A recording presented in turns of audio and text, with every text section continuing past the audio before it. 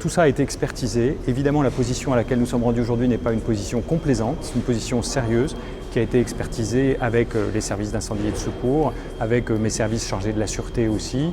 Et la position à laquelle nous sommes, c'est aujourd'hui une position qui assure cette sécurité, avec la création d'un chemin tout au long, tout au droit des cabines, qui à la fin va exiger 10 mètres de débroussaillement, ce qui est évidemment impactant pour l'environnement, mais ce qui est raisonnable aussi. Ça va être fait sous notre surveillance de façon sérieuse par l'ACAPA avec un écologue et avec des méthodes qui doivent être protectrices de l'environnement. Donc protection de l'environnement, oui, mais surtout protection des personnes. Donc il s'agissait pour nous de proposer une stratégie alternative au tout-voiture, donc en combinant plusieurs types de mobilité sur notre territoire. Le téléphérique en fait partie, sur une partie de la ville aujourd'hui qui s'est développée, et on voit bien sur les deux entrées que sont à partir de Mezzaville et Saint-Joseph, un flux de voitures journalier qui est très important, donc un phénomène de congestion qui, comme je le rappelais tout à l'heure, ne fait que s'aggraver. Donc on a un ensemble urbain aujourd'hui qui s'est développé, avec un centre aujourd'hui historique qui doit être reconnecté. C'est pour ça que la stratégie aussi en termes de mobilité,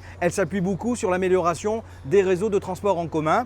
Et à titre d'exemple, il y aura au départ de Saint-Joseph, où nous trouvons aujourd'hui qui est le pôle d'échange multimodal, donc au départ du téléphérique, il y aura donc une voie de bus dédiée de Saint-Joseph à l'hypercentre pour justement répondre à cette nécessité de connexion entre les ensembles. Donc on voit bien après l'utilité en fait d'un équipement comme le téléphérique qui vient en fait se poser et s'ajouter aux autres équipements, à savoir les transports en commun, la navette maritime aussi, je veux dire dans l'élan de notre réussite de la voie maritime entre Ajaccio et Portici. Nous voulons développer aussi le transport par voie maritime à partir de Saint-Joseph, Tino Ross, la place Millau et pourquoi pas jusqu'à la Parade et pourquoi pas au départ même de Campo dell'Orbe.